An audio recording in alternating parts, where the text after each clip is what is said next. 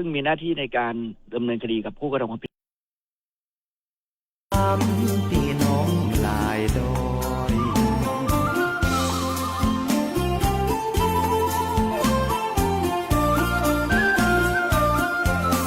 ทินแม่ทาชาวประชาฝีมือเลิศลอยหัตถกรรมงดงามบ่อน้อยเรื่องสามปอยบนดอยขุนตาล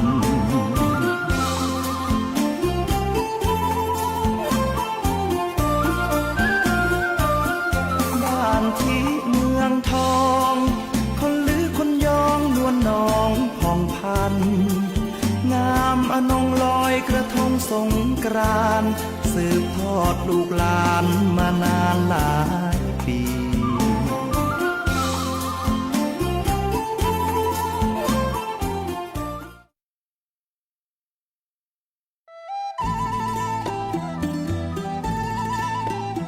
ละปูนเดินหน้าพัฒนายั่งยืนเศรษฐกิจพลิกฟื้นประชาชื่นบานช่วงเวลาต่อจากนี้ไปปักกับรายการอบจ.ละปูนพบประชาชน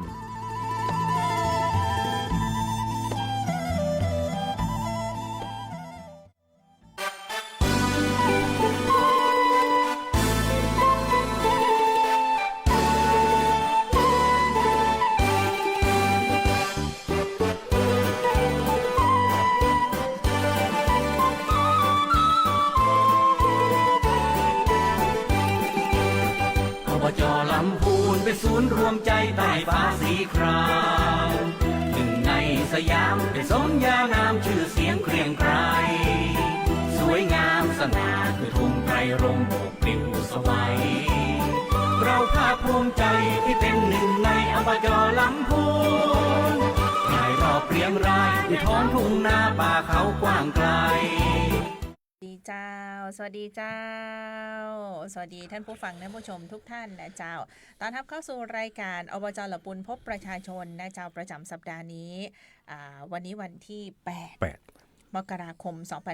2569นะเจ้าอยู่ด้วยกันกับผอ.พิเดชจันทร์สิรินะเจ้าผู้อำนวยการกองยุทธศาสตร์และงบประมาณจากองค์การบริหารส่วนจังหวัดละปูนวันนี้ร่วมอู้จ่าประชาสัมพันธ์ข่าวสารกันในรายการนะเจ้าสวัสดีเจ้าผอ.พิเดชจ้าครับสวัสดีครับ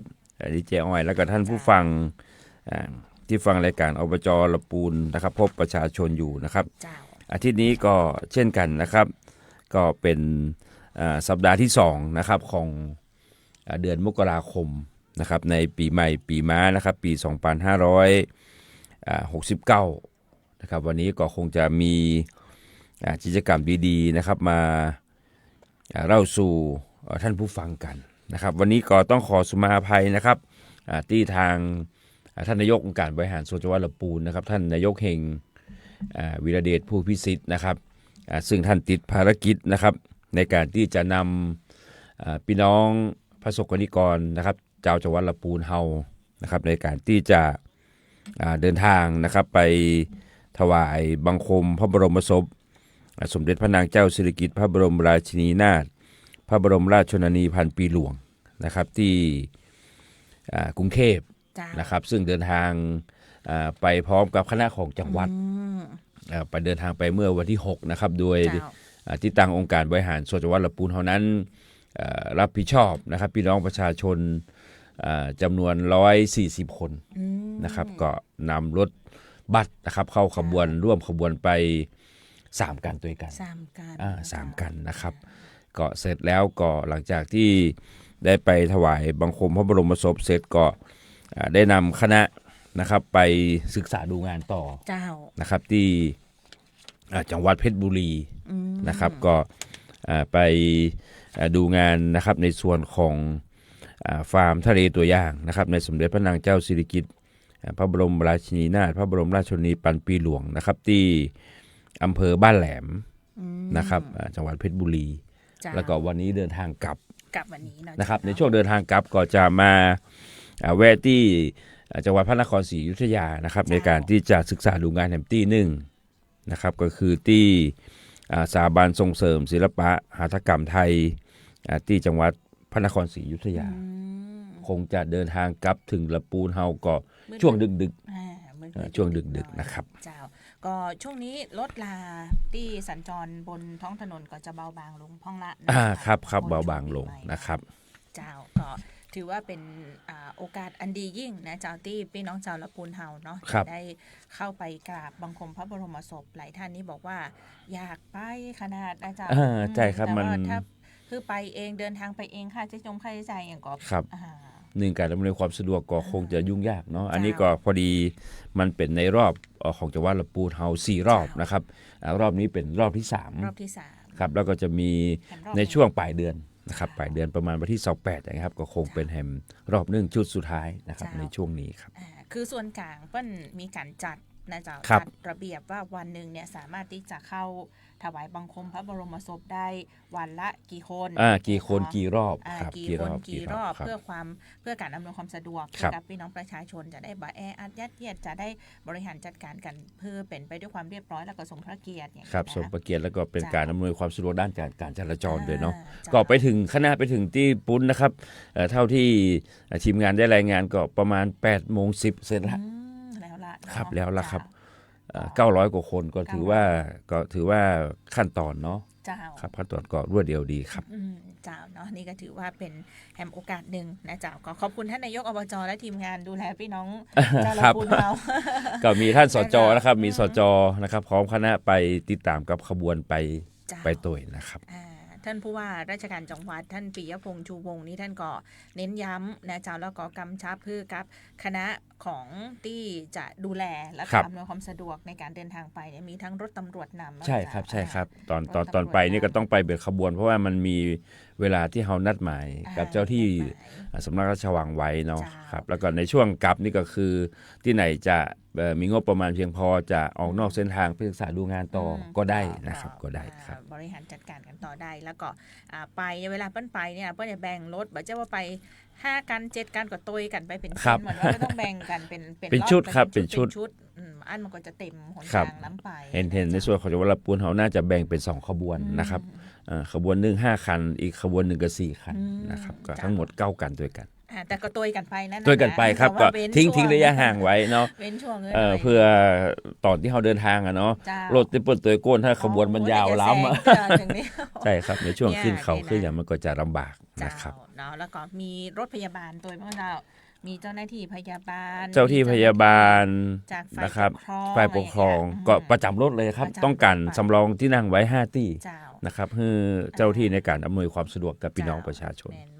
แล้วก็เห็นว่าอันแต่แล้วที่ว่าเปิ้นไปนะมีคนสบายพอเนาะมีคนสบายปั๊บคือก็ไม่ได้เจ็บป่วยอย่างนักนะนั่นว่าบอกแต่ว่าพาไปดูแลเข้าโรงพยาบาลตรวจรักษาอย่างเรียบร้อยปิ๊กมาส่งบ้านด้วยความสวัสดิภาพด้วยความปลอดภัยนะเพราะมันค่อนข้างจะเดินทางแบบไปกลับเนาะ บางที่ก็จำกัดด้วยวงเงินงบประมาณนะครับวงเงินงบประมาณจะเป็นต้องเดินทางในช่วงตอนเย็นไปถึงกรุงเทพเช้าเคารพกราบพระบรมศพเสร็จก็ตีกลับเลยนะครับตีกลับเลยนะครับเนาะก็ร่วมด้วยช่วยกันนะเจ้าคุณผู้ฟังนี่ก็เล่าสู่กันฟังก็ดูแลกันอย่างทั่วถึงนะเจ้าในทุกๆคณะทุกๆขบวนนะเจ้ามาดูข่าวสารในพื้นที่จังหวัดลำพูนเฮาวันนี้อากาศเย็นเนาะเจ้าพอเนาะบ้านพอเย็นก่อนเนาะบ้านพอเย็นก่อนเย็นครับโดยสเก็ตเย็นอยู่ครับคือต้องบอกว่าขนาดวันนี้วันที่8เนาะยังเย็นมงอี้นะครับมันจะมี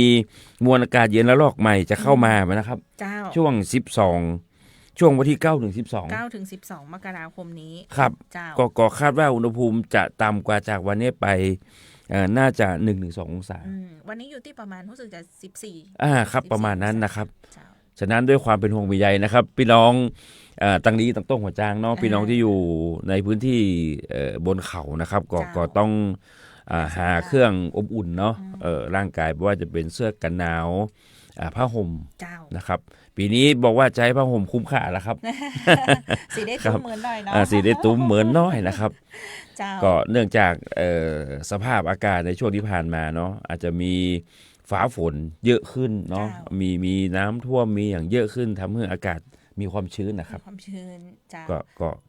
ก็เลยให้อากาศเย็นเหมาะสมที่จะเป็นฤดูหนาวแล้วก็มันจะมาพร้อมกับโรคเนาะครับไข้วัดใหญ่นะครับต้อง ดูแลรักษาสุขภาพกันตัวนะครับ จ้าเป็นเมื่อยเป็นหวัดเป็นไข้เป็นไอก็ไปรพสต เจ็บออดแอดก็ไปนะครับรบสตนะครับพร้อมที่จะให้คำแนะนำแล้วก็บริการพี่น้องประชาชนในพื้นที่นะครับ ตอนนี้รพสตหรือว่าโรงพยาบาลส่งเสริมสุขภาพประจำตำบลทุกแห่งอยู่ในการกำกับดูแลของ ครับ อบจนะเจ้าถ้าไปรับบริการแล้วติดขัดในเรื่องไหนยังได้ก็แจ้ง ครับได้ครับได้ครับอันนี้ก็ต้องบอกว่าทีมงานนะครับของท่านนายกเฮงนะครับที่ดูแลสุขภาพพี่น้องในพื้นที่ครอบคลุมนะครับทั้ง51ตำบลเนาะ8อำเภอนะครับโดยเรามีหน่วยบริการถึง71แห่ง เจ้า นะครับด้านข้อมูลด้านเครื่องมือนะครับด้านทีมงานนะครับด้านเวชภัณฑ์ยาต่างๆเราพร้อมที่จะให้บริการพี่น้องนะครับก็ไปรับบริการได้เหนือสิ่งอื่นใดนะครับท่านที่ปวดเมื่อยเนาะตอนนี้แพทย์แผนไทยนะครับยอมรับว่าเป็นการบริการแพทย์ทางเลือกแห่งช่องทางหนึ่งนะครับที่ไม่ต้องกินยุกกินยาท่านก็สามารถที่จะไปใช้บริการได้พี่น้องข้าราชการบำนาญนะครับสามารถใช้สิทธิ์ได้เลยใช้สิทธิ์ได้เลยนะครับวันก่อนนี่ใครจำมาได้จับดีเจโอมก็มาเล่าให้ฟังว่าโอ้ยเนี่ยไปจับจังหวะที่รพสตเวียงยองเปิ้ลมีบริการนวดแผนไทยพอดีเลยครับเปิ้งใจขนาดนะเจ้าว่าโอ้อย่างว่าไปจับแต่ว่าเนาะเปิ้ลให้บริการทุกๆวันศุกร์หรืออย่างใดเนี่ยนะเจ้าในส่วนของบริการแพทย์แผนไทยของแต่ละที่ก็จะบ่เหมือนกันนะเจ้าต้องไปดูแหมกับเดี๋ยวสิ้นเดือนนี้เขาก็จะสอบนะครับโดยวิธีกรณีพิเศษในการที่จะคัดเลือกบรรจุใหม่เพิ่มแหมนะครับตัวนี้ในประมาณ71แห่งนี้นะครับเขาบรรจุข้าราชการไปแล้วประมาณ24-25ที่นะครับแล้วก็เดิมก็มีอยู่แล้วตัวนี้เขาพยายามจะอัดให้มันเต็มกรอบโดยใจสตางค์ของอบจก่อนครับ1 ปีนะครับที่เหลือก็จะเป็นงบประมาณของทางสำนักงบประมาณต่อต้องยอมรับนะครับว่าเป็นวิชาชีพเนาะที่เขาสามารถที่จะ1ผ่อนคลายได้2ไม่ต้องไปเปิ่งยาเตื้อเนาะไม่ใช่เจ็บหั่นเจ็บนี่ก็กินยาคลายเส้นอย่างเงี้ยยาแก้ปวดคลายเส้นแล้วมันจะไปกระทบกับไตเนาะฉะนั้นก็เอาแพทย์ทางเลือกนะครับเป็นทางเลือกที่1ก่อนถ้ามันเหนือบากกว่าแรงแล้วค่อยใช้ยาเนาะใช้ยาเจ้าเนาะอันนี้ก็ถือว่าจะเติมเต็มในเรื่องของศักยภาพของรพสตคือมีศักยภาพพร้อมในการดูแลใช่ครับดูแลสุขภาพคือป้องกันโรคตัวแล้วก็แก้ไขโรคที่เกิดขึ้นแล้วตัวนะเจ้าเพราะว่าในรบสตนะครับก็จะฮื้อรักว่า1ฮื้อเลือกครับระหว่างแพทย์แผนไทยกับกายภาพบำบัดถ้ามีแพทย์แผนไทยบ่ต้องมีงานกายภาพบำบัดแต่ถ้ามีกายภาพบำบัดก็บ่ต้องมีแพทย์แผนไทยอย่างเงี้ยฉะนั้นเราดูแล้วครับในเรื่องของกายภาพบำบัดนะครับที่ผู้ป่วยในลักษณะเนี้ยมันก็มีค่อนข้างบากุตี้เนาะแต่นวดเนี่ยมันต้องมีเนาะครับอันนี้ก็ต้องเป็นทางเลือกนะครับคือพี่น้องในพื้นที่เฮานะครับถ้าท่านมีสิทธิ์นะครับในการที่จะเบิกตรงในการที่จะเบิกสิทธิ์รักษาพยาบาลได้ท่านไปใช้สิทธิ์ได้เลยนะครับไปใช้สิทธิ์ได้เลยนะครับก็ถือว่าเป็นแห่งบริการหนึ่งที่ประชาสัมพันธ์กันอย่างต่อเนื่องเจ้าของรพสตนะเจ้าโรงพยาบาลส่งเสริมสุขภาพประจำตำบลนะเจ้าในทุกๆแห่งในการกำกับดูแลขององค์การบริหารส่วนจังหวัดละปูนนะเจ้าส่วนเรื่องของสถิติการเกิดอุบัติเหตุในระยะของ7วันรณรงค์เข้มข้นมีผู้เสียชีวิตถึง6รายนะเจ้าของละปูนเฮามองว่ามันน้อยลงหรือเพิ่มขึ้นเนาะเพิ่มขึ้นเนาะเพิ่มขึ้นจากปีที่ผ่านมานะเจ้าครับอันนี้ก็ต้องบอกว่านะครับในส่วนของสถิตินะครับหลักๆที่ในแต่หน้าที่ทางอบจนะครับเป็นหน่วยศูนย์ปฏิบัติการแพทย์ฉุกเฉินเนาะที่รับแจ้งนะครับทาง1669เนี่ย5วัน7วันที่ผ่านมานะครับในช่วง30มกราถึง30ธันวาเนาะถึง5มกรานะครับ31นะเจ้าแล้วก็1 2 3 4 5ครับ7วันก็ได้รับแจ้งเหตุนะครับผ่าน069จำนวน603เหตุนะครับเป็นเคสที่เกี่ยวกับอุบัติเหตุนะครับ120นะครับ120นะจะเป็น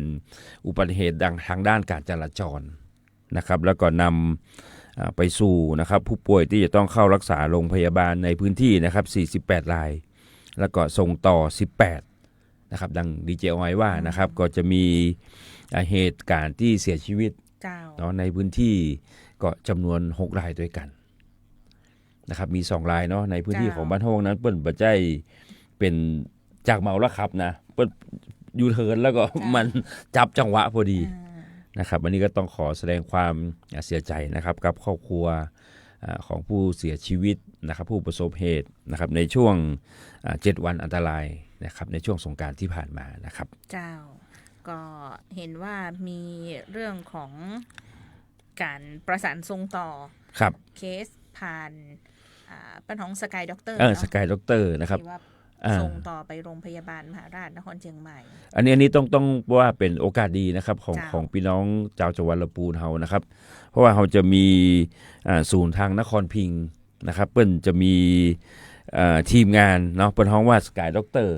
ก็คือการลำเลียงผู้ป่วยนะครับผ่านเฮลิคอปเตอร์อย่างเงี้ยเนาะครับผ่านทางอากาศนอกจากจะใช้รถยนต์แล้วบางทีมันไกลเนาะเคสที่ท่านผู้ชมได้ชมนะครับทาง Facebook Live ก็คือเป็นผู้ป่วยชายนะครับอายุ63ปีละซึ่งก็หัวใจขาดเลือดอย่างเฉียบพลันนะครับจำเป็นที่จะต้องส่งต่อจากโรงพยาบาลลี้นะครับเข้ารักษาที่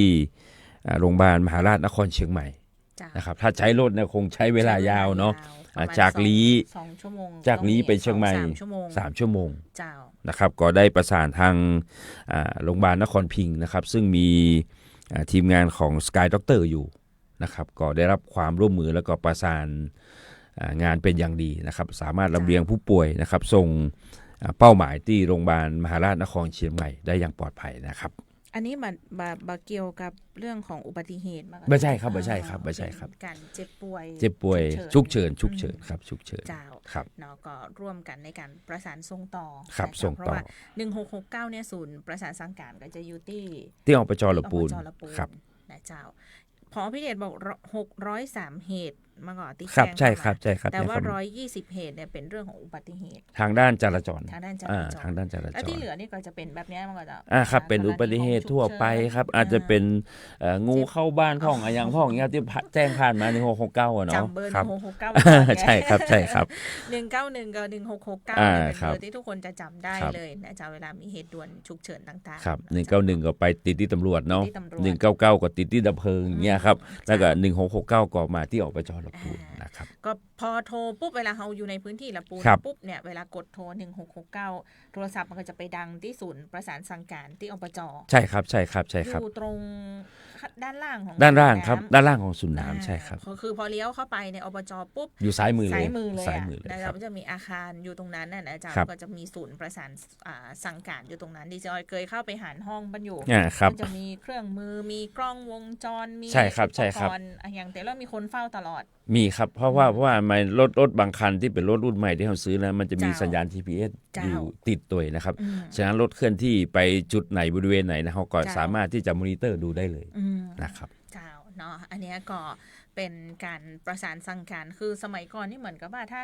1669อยู่ติลิกับโทรไปลงติลิอย่างนี้มาก่อนสมัยก่อนนี่จะอยู่ที่โรงพยาบาลลำพูนอยู่โรงพยาบาลลำพูนครับโรงพยาบาลลำพูนจะเป็นแม่ข่ายนะครับหลังจากมีท้องถิ่นนะครับบางจังหวัดที่ท้องถิ่นพร้อมนะครับก็จะรับถ่ายโอนภารกิจตรงนี้มานะครับในส่วนของจังหวัดลำพูนเขาน่าจะขับเคลื่อนมาน่าจะ10 ปีได้ละ10 ปีได้แล้วครับที่ถ่ายโอนภารกิจตรงนี้มานะครับก็ยังได้รับความร่วมมืออยู่นะครับก็บอกว่าจะเป็นโรงพยาบาลแม่ข่ายนะครับทั้ง8อำเภอนะครับเราก็ยังทำงานร่วมกันอยู่นะครับทำงานร่วมกันอยู่นะครับแต่ก็ต้องเรียนว่าก็น่าจะมีคนที่แบบขี้เหงาอ่ะครับ รบกวนโทรมารบกวนพ่องโทรมาเล่นพ่องเนี่ยครับอันนี้ต้องเปิ้ลว่าบางทีนี่ก็มันจะไปจนสัญญาณช่วงที่เกิดมันฉุกเฉินจริงใช่ครับแล้วก็มีคนโทรไปเล่นไปอย่างเหี้ยซึ่งจริงๆแล้วเป็นเรื่องที่บ่ควรทำอย่างยิ่งนะครับเนาะอันนี้ก็แล้วก็ในแห่งอันนึงนะครับก็คือในส่วนของรถการแพทย์ฉุกเฉินเนาะเสา2กันนะครับที่เราจะต้องมีการส่งมอบครุภัณฑ์ตัวใหม่ให้ท่านนะครับเพราะว่ารถชุดเก่าเนี่ย ต้องยอมรับว่ามาตรฐานการใช้งานมันเกิน10 ปีนะครับมันเกิน10 ปีมันเกินมาตรฐานนะครับที่ทางสอชจะอนุญาตให้วิ่งนะครับต้องขอนำเรียนว่าความคืบหน้านะครับในตอนนี้ก็อยู่ในช่วงของการจัดทำ TOR นะครับทำสเปครถทำคุณสมบัติของรถคุณสมบัติของผู้ยื่นนะครับเมื่อทางผู้บริหารหรือว่าท่านนายกเฮงนะครับได้อนุมัติเสร็จก็ประกาศเชิญชวนแล้วก็จะมีการ e-bidding ต่อไปนะครับคาดว่าก็อย่างจ้าสุดก็น่าจะช่วงก่อนสงกรานต์ก่อนปีใหม่เนาะก่อนปีใหม่เมืองนะครับน่าจะได้มอบสักรอบหนึ่งนะครับเพราะมันมีทั้งงบจ่ายขาดเงินสะสมนะครับงบเหลือจ่ายแล้วก็งบปี69ก็ทยอยทำกันนะครับมีงบจาก3แหล่ง3แหล่งใช่ครับ3ก้อนครับ3กระเป๋าครับนะเจ้าก็ทั้งนี้ทั้งนั้นก็เพื่อทำให้ภาพรวมทั้ง22กันเนี่ยสามารถครับรู้สึกรอดแรกน่าจะเป็น10 ตีนะครับที่สมรรถภาพของรถค่อนข้างจะต้องเปลี่ยนแล้วต้องเปลี่ยนแล้วนะครับอันนี้10 คันแรกนี่ก็จะได้ก่อนเนาะเราก็จะทยอยส่งให้นะครับเจ้าเนาะอันนี้ก็ถือว่าเป็นของขวัญปีใหม่แล้วกันเนาะครับ ของขวัญปีใหม่ในการที่จะดูแลพี่น้องประชาชนในพื้นที่จังหวัดลำพูนนะครับในยามฉุกเฉินหรือว่าในภาวะวิกฤตเนาะจริงๆอบจ.ลำพูนปีนี้เปิ้ลจะมีอย่างที่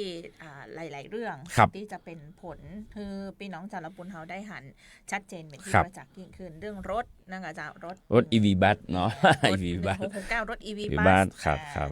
ใกล้แล้วนะครับเปลำพูนเนาะเปลำพูนหลายร้านเริ่มโปรโมทว่าเข้าแล้วนะเข้าโครงการเปลำพูนแล้วนะเจ้าเริ่มเก็บแต้มสะสมแต้มได้แล้วนะเจ้าตั้งแต่วันนี้เป็นต้นไปเนาะเจ้าเนาะช่วงปีใหม่นะเจ้าเปิ้ลบอกว่าเป็นช่วงเวลาของความปรารถนาดีเจ้าเนาะที่จะส่งถึงกันนะเจ้าในส่วนของการทำงานเนี่ยก็ถือว่าจะเป็นธรรมเนียมปฏิบัติใช่ครับเป็นธรรมเนียมปฏิบัติในการที่จะมอบความปรารถนาดีสารสัมพันธ์ที่ดีระหว่างกันครับเปิ้ลบอกว่ามันเป็นในการขึ้นต้นศักราชใหม่เนาะจากปี68นะครับเคลื่อนไปสู่ปี69ซึ่งปีนี้ต้องบอกว่าปีมะเมียนะครับปีม้าปีม้าไฟนะครับก็ทุกภาคีเครือข่ายนะครับทุกหน่วยงานก็ยังรักษาวิถีของคนไทยไว้อยู่นะครับก็คือการแสดงความปรารถนาดีแสดงเพื่อเป็นสิริมงคลนะครับในการที่จะอาจจะนำกระเช้าผลไม้เนาะของขวัญเล็กๆน้อยๆนะครับที่จะไปสวัสดีปีใหม่นะครับกับผู้หลักผู้ใหญ่ในพื้นที่ของจังหวัดลำพูนเฮานะครับทางอบจ.ลำพูนก็เช่นกันนะครับเฮาก็ได้นำเอากระเช้าดอกไม้นะครับไปสวัสดีปีใหม่นะครับกับท่านป่อเมืองนะครับท่านรองผู้ว่าท่านผู้ว่านะครับท่านหัวหน้าสำนักงานจังหวัดปลัดจังหวัดนะครับที่เคยทำงานร่วมกันมานะครับก็ถือว่าเป็นของที่มูลค่าเกิน 3,000 เนาะเหมือนมีหูปมาตัวครับอันนี้นี่ก็เป็นสิ่งที่เราถือปฏิบัติกันมาทุกปีนะครับทุกปีกันไปหากันนี่จริงๆต้องคือกันฟังซื่อๆเนี่ยบางทีเวลาเขาทำงานกันเนี่ยมันก็จะมีแบบมีหน่อยนึงเนาะไม่เด็ดเนาะไม่ใช่ว่ามันจะดีเสมอไปนะหมายความว่าสุดท้ายแล้วประโยชน์ของพี่น้องประชาชนเนี่ยดีที่สุดอยู่แล้วแหละแต่ว่าคนทำงานบางทีมันก็จะมีทัศนคติหรือมีวิธีการทำงานในอย่างที่ต่างกันอาจจะมีแบบอีสักกันถึงเวลาปีใหม่ค่ะสวัสดีปีใหม่เนาะสวัสดีปีใหม่ครับเดือนที่แล้วก็คือมันแล้วไปจะอย่างที่จะเริ่มต้นขึ้นกันใหม่เนี่ยก็จะถือว่าเป็นแหมสิ่งหนึ่งที่จะได้ขับเคลื่อนพร้อมๆอันนี้ไปขอพรเนาะแต่ถ้าช่วงสงกรานต์ก็คือไปขอสุมากะละวะอย่างเงี้ยได้ล่วงเกินกันนี่ครับอย่างท่านผู้ว่าราชการจังหวัดที่นะที่แล้วเพิ่นมาออกรายการหมอพี่เดชได้ฟังเนาะบอกเพิ่นNew Year Resolution คือสิ่งที่จะทำอย่างในปีต่อไปเนี่ยเชื่อว่าหลายๆหน่วยงานที่มีการได้ไปเจอกันก็คงจะมีการได้อู้กันอยู่เพราะว่าจะทำอย่างกันต่อไปในปี 2569 นี้เพื่อพี่น้องชาวลำพูนเฮาครับช่วงนี้ก็ถือว่าเป็นช่วงใหม่เนาะของท่านผู้ว่าที่ท่านมารับราชการในพื้นที่จังหวัดลำพูนนะครับก็เห็นว่าลงพื้นที่แต่ละอำเภอเนาะเพื่อที่จะไปมอบนโยบายนะครับเจ้าก็ถือว่าเป็นวาระโอกาสที่ดีนะเจ้าของอบจ.ก็นำทีมโดยท่านนายกเฮงวีระเดชผู้พิสิทธิ์นะเจ้าอย่างก็นายกเฮงวีระเดชไม่ปฏิเสธใครครับหมดแล้วครับได้ครับนะเจ้าก็เดี๋ยวมีโอกาสก็คงจะได้มาสวัสดีปีใหม่พี่น้องชาวลำพูนแล้วก็อู้ กันถึงเรื่องของปีปี69กับการขับเคลื่อนงานของอบจเนาะครับภายใต้นโยบายของท่านนายกเฮงนะครับแล้วก็นโยบายที่ท่านได้เคยหาเสียงแล้วก็รับปากพี่น้องประชาชนไว้นะครับเจ้าเนาะลำพูนไม่ลำพังรวมพลังเพื่อลำพูนนะเจ้าก็เป็นการ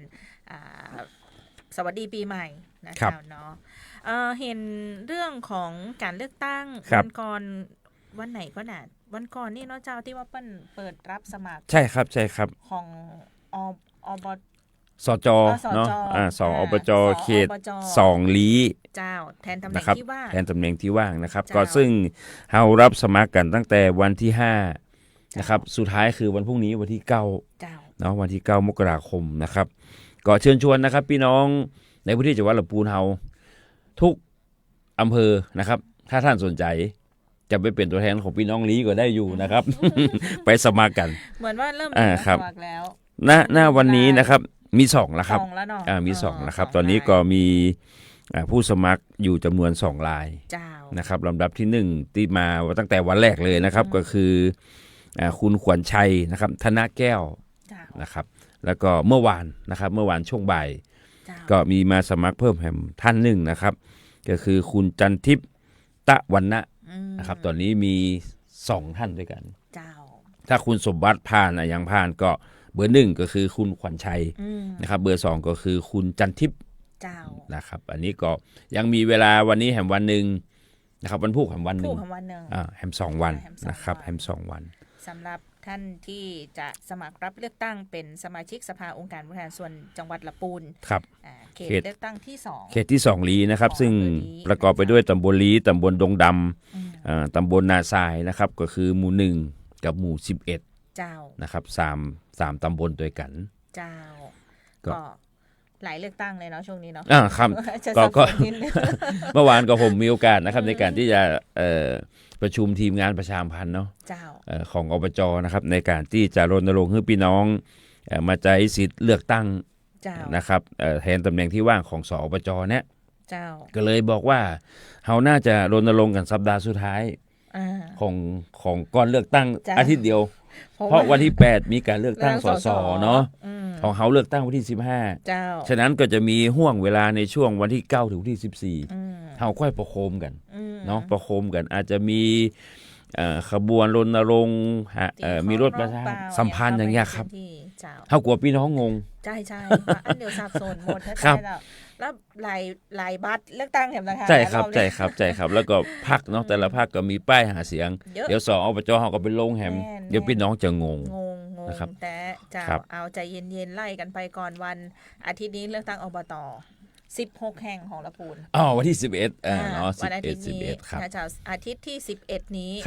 ขอพี่น้องบ้านเฮานะเจ้าที่อยู่ในเขตท้องที่ขององค์การบริหารส่วนตำบลทุกแห่ง16แห่งด้วยกันของ16แห่งครับเจ้าไปใช้สิทธิ์ออกเสียงเลือกตั้งครับนะเจ้ามันเหมือนที่ผมว่านะครับมันมีแชมป์อยู่ในสายเลือดเนาะฉะนั้นถ้าเสียแชมป์ไปสักรอบหนึ่งเนี่ยมันใจโหดหูนะใช่ครับมันใจโหดหูนะครับแม้แต่ท่านพ่อเมืองเนาะท่านผู้ให้การจังหวัดเงี้ยท่านก็ต้องรณรงค์ประชาสัมพันธ์เต็มที่ไม่ใช่ว่า15ครั้งเป็นแชมป์มาถึงยุคนี้แชมป์รู้อย่างเงี้ยว่าได้ครับวันนั้นดีเจอยังอู้กับท่านผู้ว่าหลังไมค์อยู่ท่านผู้ว่าเจ้าเนาะท่าน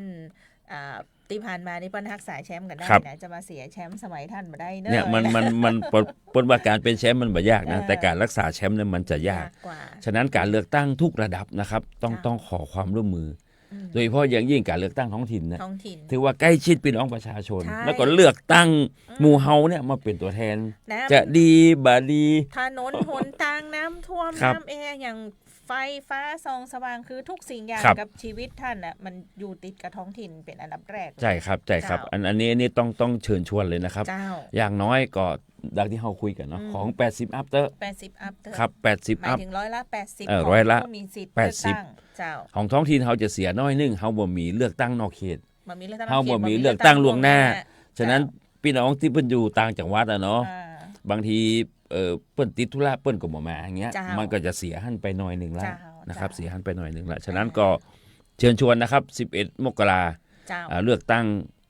นายกองค์การบริหารส่วนตำบลแล้วก็สมาชิกสภาองค์การบริหารส่วนตำบลกัน อันนี้ก็บัตร นะครับ 2 ใบ 2 ใบ บัตรเลือกตั้ง2 ใบ ครับ2 ใบ จำเบอร์ดีนะ จำเบอร์ดีนะครับ แต่ใบเลือกไข่เดี๋ยวเข้าไปในแล้วจำมาได้ขอออก ครับ พอก่อนเดี๋ยวมันเพิ่งออกอะนะ ออกแล้วฮะเนาะแล้วก็วันที่ 8 เลือกตั้งสสอันนี้จะมี3 ใบแฮม โอ้อันนี้ซ้ำ3 ใบ ครับ ใบสีเขียวเลือกสสเขต สสเขต สี สีชมพูเลือกพรรค เลือกพรรค เลือกพรรค เจ้า แล้วก็จะมีโหวตในเรื่องของการแก้ไขรัฐธรรมนูญ รั แฮ ฐธร ม รมนูญสีเหลื ครั อบ ง แต่ดีนะครับจะคืนเท่าที่ฟังข่าวก็คือ ครั้งแรกในการไปยื่นใจซีดเนี่ย เจ้า ก็จะให้เลือกตั้งสสก่อน ใช่ เนาะเสร็จแล้วถึ สำ ง หรับ จะ คนเลือกตั้งล่วงหน้านะ เออ ในกระบวนการวันเลือกตั้งวันที่ 8 นะครับ เจ้า ท่านก็จะไปเลือกใจซีดเลือกตั้งสสก็เลือกพรรคก่อน อืม เสร็จแล้วบ่ต้องออกในบริเวณก็คือไปใจซีด ไปต่อแฮม ประชามติ สเต็ป รอบหนึ่ง หนึ่ง ครับ อ่า ว่าถ้าแจกกำ3 บาทได้ยุ่งเนี่ย กาประตู ไม่ใช่การประทูครับเพราะกลัวพวกคนเนาะ มัน ผู้สูงอายุอะ มันอันไหนเป็นอันไหนอย่างเงี้ย ท่องไปจะดีอะเขียวชมพูเหลือง เขียวชมพูเหลืองไปถึงขั้นลืมหมด ครับ ลืมหมดนะเจ้าส่วนอบจนี่เขตเลือกตั้งซ่อมนี่ก็คือปุ้นอ่ะ15 ครับ 15เนาะฝากไว้นะครับพี่น้องตังลีนะครับ กุมภา ถ้าพี่น้องมีตัวแทนก็สามารถที่จะมาสมัครได้นะครับมีเวลาแฮม2 วันคือวันนี้กับวันพรุ่งนี้ เจ้า ครับ เนาะอ่ะลำพูนไม่ลำพังรวมพลังเลือกคนดี ครับ บอกนะเจ้าก็ช่วงนี้ก็คงจะอู้กันเรื่องของการเลือกตั้งเยอะหน่อยนะเจ้ากรมผู้ฟังเจ้าก็คงจะได้มาประชาสัมพันธ์เชิญชวนนะเจ้าเนาะในเรื่องของการเลือกตั้งกันนะเจ้ามีเรื่องของการเตรียมความพร้อม ครับ ฝุ่นควัน PM 2.5 นะเจ้าอันนี้ก็ มาพร้อมสวัสดีปีใหม่เลย สวัสดีปีใหม่นะครับใน เจ้า ในกฎหมายพรบสาธารณสุขเนาะ อืม เปิ้นห้ามเผาตลอด 365 วัน 365 วัน วันไหนที่ยก นะครับ เว้น มันมียกเว้นนะครับ แต่ช่วงที่มันพีคสุดนะครับในเรื่องของไฟป่าหมอกควันนะมันก็จะอยู่ประมาณมกราเนาะ เจ้า จนถึงสักเมษา เมษา เมษาหลังจากนั้นมันก็จะเข้าฤดูฝนแล้วเนาะมันก็จะ เจ้ามี มีฝนตกฝนอย่างมา อืม ก็ช่วงนี้หลายจังหวัดนะครับพื้นที่จังหวัดเชียงใหม่ก็เริ่มประกาศแล้วตั้งแต่1 มกรา เจ้า นะครับห้ามเผาอย่างเด็ดขาด อืม นะครับจังหวัดลำพูนเฮาก็ถือว่าตึง365 วันเป็นวันห้ามเผา ห้ามเผา นะครับ อยู่ล้ว แต่มาตรการที่จะพลิกๆก็คงจะเป็นนะครับมกรากุมภามีนาเมษาอย่างเนี้ย อืม ก่อนในช่วงนี้นะครับในส่วนของอบจลำพูนนะครับในฐานะที่เราดูแลพื้นที่ทั้งจังหวัดนะครับแล้วก็เราก็จะมีในส่วนของฝ่ายงานป้องกันและบรรเทาสาธารณภัยอยู่นะครับก็ได้ผนึกกำลังต้องบอกว่าทีมอาสานะครับที่อยากจะมาช่วยในพื้นที่ลำพูนเฮาก็คือมูลนิธิกระจกเงา เจ้า เนาะกระจกเงานะครับตอนนี้ก็ได้มีการประชุมไป1 รอบละนะครับในการที่จะช่วยการขับเคลื่อนนะครับแต่สิ่งที่อบจได้เตรียมไว้ก็คือในเรื่องของเครื่องไม้เครื่องมือ อืม เนาะตัวนี้ต้องบอกว่าเรามีโดรนนะครับอยู่2 ลำนะครับลำแรกเนี่ยก็สามารถที่จะเป็นโดรนที่จับพิกัดแล้วก็วัดระดับความร้อนได้ เจ้า นะครับไอตัวที่2ก็จะเป็นในเรื่องของโดรนที่จะใช้ส่งของ เจ้า นะครับก็จะเป็นโดรนขนาดใหญ่สามารถบรรทุกน้ำบรรทุกอาหารแห้งเนาะในกรณีที่เสือไฟนะครับพี่น้องกู้ภัยดับไฟป่าเนี่ยเข้าไปในพื้นที่ เจ้า แล้วก็เสบียงบ่เพียงพอครับเราก็สามารถที่จะใช้โดรนตัวใหญ่นะไปลำเลียงส่งของได้ เจ้า นะครับแล้วก็ส่วนที่3ก็คือเครื่องเป่าลมเครื่องพ่นน้ำเนี่ยครับสิ่งนี้เราก็เตรียมไว้ระดับหนึ่งนะครับแล้วก็สิ่งสำคัญก็คือในเรื่องของวอลลุ่มนะครับเราก็จะใช้ห้องศูนย์บัญชาการนะครับศูนย์บริหารจัดการน้ำของอบจเนี่ยเป็นวอลลุ่มนะครับในการที่จะดูพิกัดไฟที่จะเกิดขึ้นนะครับโดยพื้นที่เป้าหมายนะครับดังที่ท่านผู้ฟังนะครับก็ได้รับทราบกันว่าถ้าพื้นที่ลำพูนเฮาอ่ะถ้ามันจะเกิดเหตุการณ์เรื่องไฟป่าหมอกควันเนี่ยนะครับบ้านโฮงมันก็จะมีตำบลป่าภูตำบลบ้านโฮงเนาะถ้าแม่ท่าก็จะเป็นท่าแม่รอบท่าขุมเงินอย่างเงี้ยครับถ้าเป็นปราซางก็จะเป็นตำบลนครเจดีย์ถ้าเป็นลีก็จะเป็นศรีวิชัยเป็นก้อแม่ล้านอย่างเงี้ยที่มันติดเขตป่านะครับถ้าเป็นตุ้งหัวจ้างก็จะเป็นช่วงของตะเคียนปมฉะนั้นพื้นที่หมู่เนี้ยครับเราก็จะต้องนำเอาข้อมูลสัก5 ปีย้อนหลังเนาะมาดูสถิติการเกิดนะครับจุดฮอตสปอตการเกิดไฟป่าอย่างหมู่เนี้ยว่าเกิดกี่ครั้งแล้วก็มีแนวทางแก้ไขอย่างไรนะครับสิ่งนี้ก็ ต้องบอกว่าปีนี้ต้องขอบคุณนะครับทาง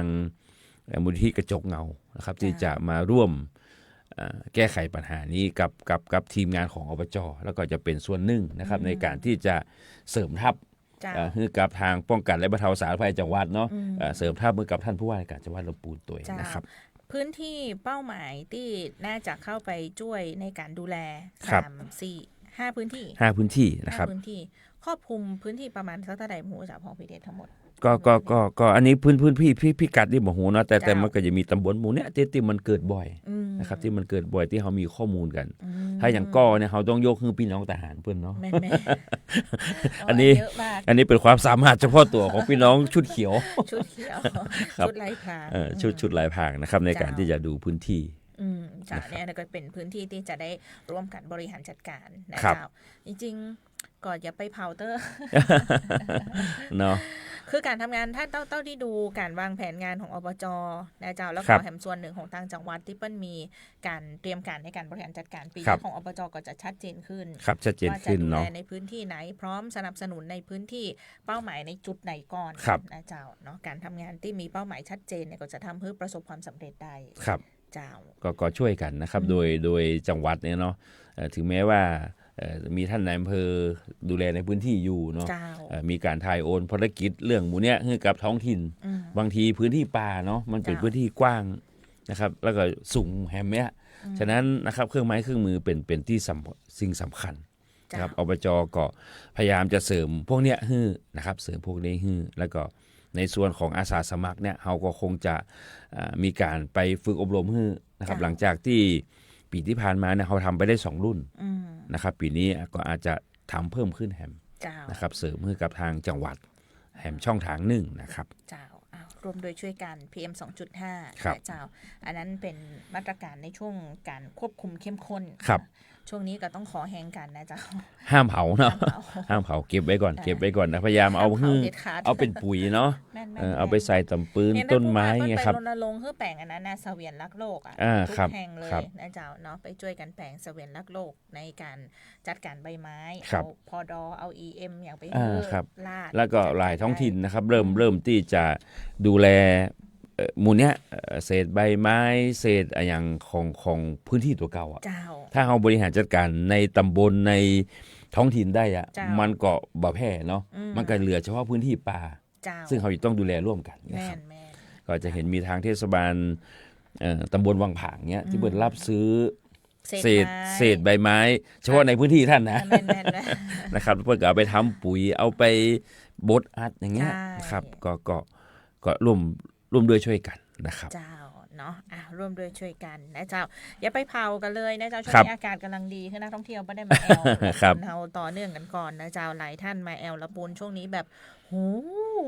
ครับมันต้องบอกว่าถ้าหนึ่งพี่น้องเฮาบ่เผามันก็ช่วยได้ระดับหนึ่งเนาะแต่ที่มันเหนือการกำกับดูแลก็คือเผาข้ามถิ่นเนาะลมพัดมาข้ามถิ่นเพราะว่าพื้นที่เราเป็นแอ่งกระทะเขาต้องยอมรับตรงนี้หน่อยนึงนะครับอันนี้คือเป็นสิ่งที่นักวิชาการหลายๆนักวิชาการแต่ละครั้งแต่ละปีทอดบทเรียนออกมาเนี่ยมันก็จะมาติดป้าน้องอย่างถ้าภาษาอันนี้ป้าน้องติดบั๊กมันติดบั๊กตรงนี้ว่ามันเป็นพื้นที่ที่เราเป็นกระทะมันแบบมีแนวเขตที่จะจัดการสร้างกำแพงก็มาได้อย่างเงี้ยมันเป็นพื้นที่องมงพอดีเป็นแอ่งกระทะนะครับพื้นที่จังหวัดลำพูนเฮาซับซ้อนพอเข้ามาปุ๊บแล้วกันระบายของอากาศมันก็ทำได้ยากครับฉะนั้นต้องบ่เผาอย่างเดียวเนาะใช่ต้องไม่เผาอย่างเดียวนะเจ้าแล้วก็นักท่องเที่ยวจะได้มาแอลกันนักๆนะเจ้าเนาะเห็นอบจ.เปิดตัวเปละปูนแล้วก็เป็นอะไรอย่างก็เว็บไซต์ท่องเที่ยว4 ภาษาก่อนนะก็ต้องยอมรับว่านะครับนักท่องเที่ยวที่เข้าพื้นที่จังหวัดลำพูนน่ะเจ้า7-80% น่ะจะเป็นนักท่องเที่ยวต่างชาติเจ้าเนาะเพราะคนในพื้นที่เขานี่เฮาหันกันละเจ้าฉะนั้นสิ่งที่เว็บไซต์อบจ.ลำพูนนะครับจะช่วยในด้านของการท่องเที่ยวได้นะครับก็คือเพิ่มภาษานะครับก็ตอนนี้ก็จะมีเพิ่มเป็นภาษาอังกฤษนะครับภาษาจีนภาษาญี่ปุ่นแล้วก็หลักก็ยังเป็นภาษาไทยอยู่นะครับซึ่งตอนนี้เว็บไซต์นี้นะครับเราก็นำไปแปะไว้นะครับใน เว็บไซต์ขององค์การบริหารส่วนจังหวัดนะครับพี่น้องที่เดินทางนะครับมาท่องเที่ยวจังหวัดลำพูนนะครับซึ่งเป็นชาวต่างชาติหรือว่าเป็นไกด์เนาะนักนำเที่ยวทั้งหลายนะท่านก็สามารถที่จะไปเสิร์ชหาแหล่งท่องเที่ยวนะครับร้านอาหารที่พักโรงแรมในพื้นที่จังหวัดลำพูนได้นะครับท่านมาจากเป็นไกด์นักท่องเที่ยวจีนท่านก็คลิกตรงท่านเลยนะครับภาษาจีนภาษาญี่ปุ่นภาษาอังกฤษนะครับอันนี้เพิ่มขึ้นนะครับอันนี้เราก็ได้มีการจ้างนะครับบริษัทที่ปรึกษาของทีมงานเอกชนนะครับเข้าทำโปรแกรมนี้ตอนนี้ก็สำเร็จละนะครับสำเร็จเรียบร้อยละเจ้าเผยแพร่แล้วไปใช้งานกันได้เลยนะเจ้าเข้าไปวางแผนทริปท่องเที่ยวครับใช่ครับได้นะเจ้าคือเหมือนกับว่าบางทีจะพานักท่องเที่ยวกลุ่มต่างชาติเข้ามาแนวเนี่ยกับโบฮูจะไปนำเสนอเพื่อนแบบไหนเนาะครับบางทีปุ๊บไหนคลิกเข้าไปดูซิมีที่ไหนบ้างนะจ๊ะแล้วก็อาจจะมีประวัติของสถานที่ท่องเที่ยวเป็นไกด์ไลน์นะครับคือไกด์สามารถที่จะอธิบายเบื้องต้นให้นักท่องเที่ยวได้เลยใช่บางทีไกด์ที่พามาอาจจะไม่ได้เป็นไกด์ในพื้นที่ไงใช่ครับอาจจะไม่ได้มีข้อมูลหรือว่าเปิ้ลอาจจะมีไกด์ของเปิ้ลมาจากต่างประเทศของเปิ้ลโดยเปิ้ลเข้ามาดูข้อมูลก็สามารถที่จะอธิบายเรื่องเหล่านี้ได้ครับนี่ก็ถือว่าเป็นช่องทางหนึ่งนะครับช่องทางหนึ่งที่ช่วยนะครับช่วยทางท่องเที่ยวและกีฬาจังหวัดลำพูนด้วยเนาะช่วยด้านงานประชาสัมพันธ์พื้นที่ของจังหวัดด้วยนะครับผ่านเว็บไซต์ของอบจ.ก็คือเว็บท่องเที่ยวลำพูน4ภาษาหันเราซื้อที่ป้อนสอนภาษาจีนนี่ถูกใจขนาดเลยไปแชร์ลิงก์ของอบจ.มาบอกว้าวการบ้านนักเรียนต้องเข้าแล้วครับเจ้าเนาะก็ถือว่าเป็นแห่งหนึ่งการขยายกลุ่มนักท่องเที่ยวซึ่งอบจ.ก็พยายามที่จะส่งเสริมในเรื่องของการท่องเที่ยวตลอดทั้งปีอยู่แล้วนะเจ้ามีเรื่องของเปลำพูนอย่างที่เรียนไปเปลำพูนนี่ก็ใช้งานได้แล้วนะเจ้าในร้านค้าที่ร่วมรายการเก็บสะสมแต้มได้เลยนะเจ้าก็ในช่วงต้นๆเนาะมันอาจจะมีปัญหาอุปสรรคพ่องนะครับก็สุมาตึงร้านค้าที่เข้าร่วมแล้วก็พี่น้องมาใช้บริการนะครับบางทีสแกนแล้วบ่ได้อย่างเงี้ยเนาะอันนี้ก็ทางทีมงานนะครับของอบจ.ลำพูนก็ได้รับทราบปัญหานะครับพร้อมที่จะแก้ไขนะครับเพราะว่าเราบ่มีการทดลองก่อนใช้งานนะครับก็คือเปิดตัวปุ๊บก็คือใช้เลย ย่อมมีปัญหาหรืออุปสรรคตามมานะครับเห็นว่าของรางวัลนี่คือแบบว่ามีทั้งทองคำครับอันนี้โอ้แล้วก็มีน้องไอ้อย่างก็ไก่น้องขันโต๊กครับขันโต๊กครับน้องขันโต๊กเนี่ยเพิ่นไปอยู่ในความโดดเด่นของสินค้าผลิตภัณฑ์ของที่เราลึกหันแล้วใครได้กูอย่างที่เรามาโชว์ที่แล้วมันก็จะเป็นตัวมัสคอตตัวใหม่นะครับซึ่งก็เปิ้นฮ้องว่าแปลงมาจากเนาะไก่เราปะก่อยไก่เราปะก่อยนะครับอันนี้ต้องบอกพี่น้องต่างภาษาเทรนเนอร์ว่านะครับไก่เราปะก่อยถ้านำมาเป็นในภาพมิติการ์ตูนเนาะก็จะได้ประมาณนี้นะครับจริงๆพอมาก็คือเติงหาตังปลาซางที่ตังปลาบุกตังแม่แรงที่เปิ้ลทำกระเป๋านกฮูกเนี่ยตังบนนั่นก็สีเหมือนกันนะครับอันนี้ก็คือเป็นสัญลักษณ์ของเปลปูนเนาะอย่างทางเทศบาลเมืองละปูนก็จะมีน้องโคมเนาะลิงครับอันนี้ก็เป็นสัญลักษณ์ของในพื้นที่แต่ละเขตเนาะในการที่จะเปิ้ลมีน้องลิงนายกเพลงเปิ้ลมีน้องขันโต๊กเจ้าก็ประชาสัมพันธ์เชิญชวนนะเจ้าเริ่มได้แล้วตั้งแต่วันนี้เป็นต้นไปที่ร้านไหนเจอสัญลักษณ์เปลำพูนก็สแกนเก็บแต้มไว้นะเจ้าไว้เอามาแลกรับของที่ระลึกเนาะจากโครงการนะเจ้าส่วนภาคของผู้ประกอบการร้านค้าสมัครเข้าร่วมโครงการได้อยู่นะได้อยู่ครับเจ้ารับทุกร้านค้าทุกพื้นที่นะเจ้ามีเรื่องของการนำเครื่องจักรลงพื้นที่เพื่อพัฒนาปรับปรุงถนนเพื่อการเกษตรนะเจ้าที่สีบัวบานนะเจ้าอันนี้ลงไปดูมาแล้วนะเจ้าครับอันนี้ก็ถือว่าเป็นการปรับปรุงถนนลูกรังนะครับในพื้นที่ของหมู่1ตำบลสีบัวบานนะครับอันนี้ก็ต้องยอมรับว่าในช่วงฝนที่ผ่านมานะครับบอมเบอร์ครับมันยังเป็นบัจเจดินลูกรังเนาะมันยังเป็นดินบดอัดธรรมดาอยู่นะครับสิ่งที่พี่น้องจะสัญจรไปตรงไปนาไปสวนก็ลำบากนะครับในช่วงนี้ยังพอมีเวลานะครับยังมาถึงช่วงฤดูของการขุดลอกเนาะก็ชุดบดอัดวันนี้ก็สามารถจะออกปฏิบัติงานได้ จ้า นะครับอันนี้ก็ไปช่วยเหลือในพี่น้องสีบัวบานนะครับพี่น้องบ้านสีบัวบานหมู่ 1นะครับตำบลสีบัวบานในการที่จะเปิดเส้นทางนะครับถนนเพื่อการเกษตรให้กับพี่น้องครับแล้วก็มีการประชุมสัมมนาวิชาการเรื่องการจัดทำแผนพัฒนาการศึกษาครับเจ้าของในส่วนของอบจนะครับนอกจากจะมีแผนพัฒนาท้องถิ่นซึ่งเป็นแผนใหญ่แผนแม่เนาะก็จะมีแผนหนึ่งนะครับก็คือในเรื่องของแผนการศึกษานะครับเพราะว่า1เขามีโรงเรียนในสังกัด4แห่งแล้วก็เขายังดูแลการศึกษาของทั้งจังหวัดนะครับทั้งนอกสังกัดและในสังกัดเนาะในการประชุมวันนั้นนะครับก็เป็นการประชุมเพื่อในวาระแรกๆนะครับเป็นการประชุมเพื่อที่จะคัดเลือกเพื่อนฮ้องว่าประธานนะครับคณะจัดทำแผนการศึกษาของอบจนะครับซึ่งวันนั้นที่ประชุมก็มีมติเห็นชอบนะครับในการคัดเลือกท่านผอ.อนพปัญญาโกษานะครับข้าราชการบำนาญมาเป็นประธานคณะกรรมการแผนการศึกษาของอบจนะครับแล้วก็จะมีรองทั้ง2ท่านนะครับก็มีท่านรองคนที่1ก็จะเป็นรองศาสตราจารย์ดร.ยงยุทธ ย่าบุญธงนะครับแล้วก็รองท่านที่2ก็คือดร.รัตติมานะครับประกิตดางคเดชา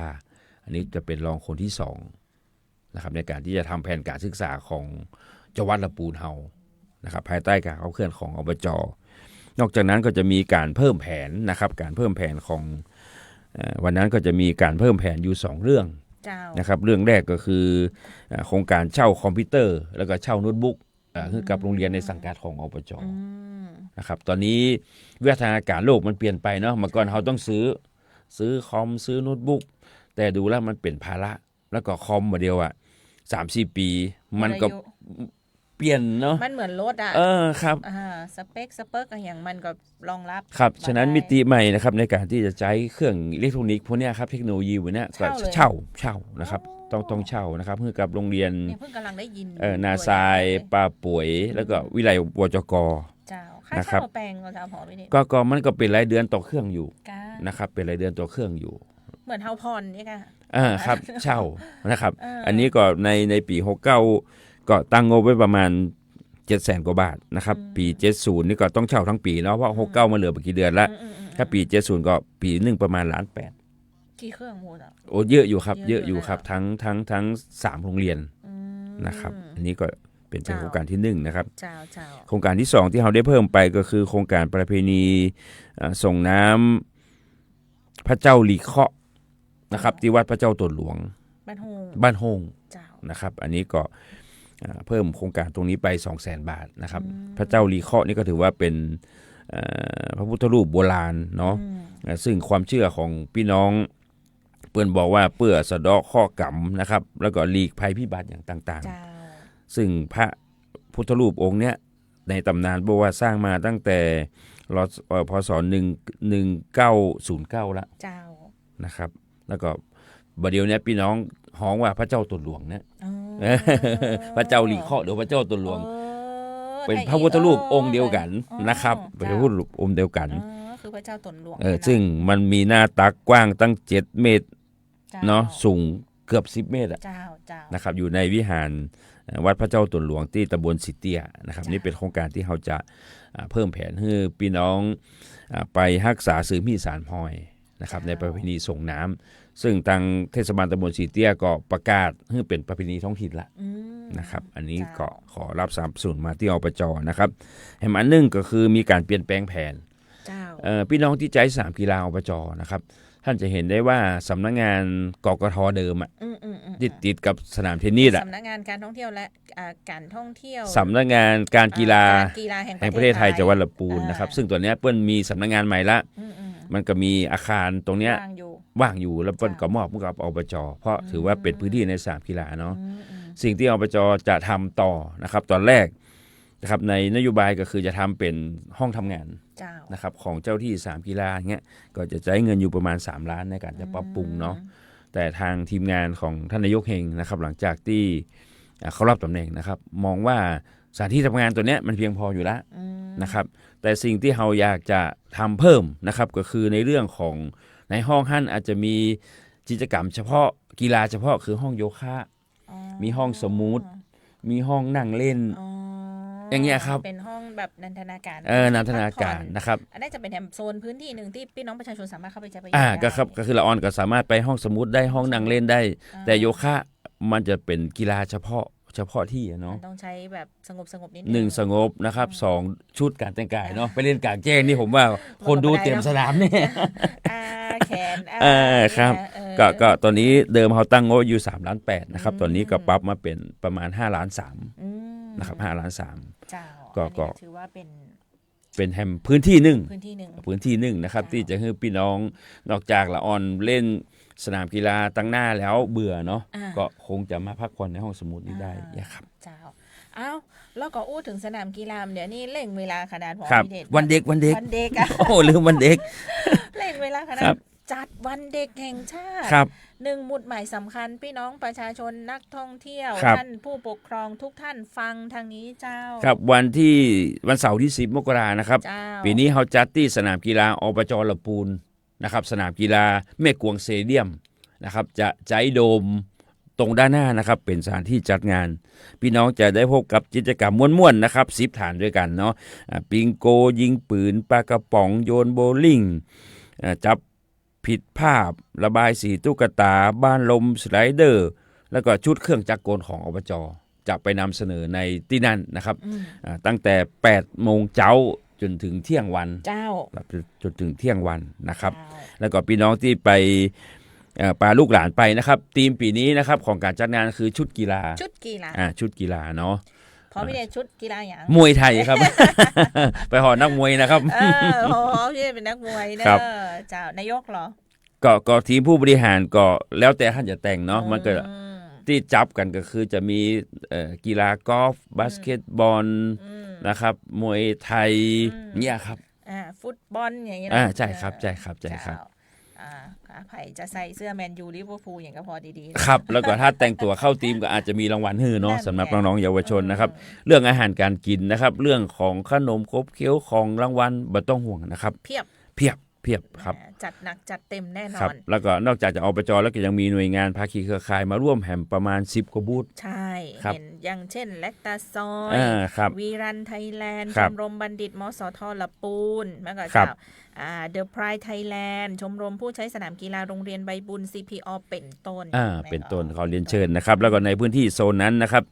ที่จะมีการจัดร่วมเนาะพิพิธภัณฑ์สถานแห่งชาติศรีบุญชัยเนาะวัดมหาวานร่วมกับสมาคมกู้ภัยร่วมใจลำพูน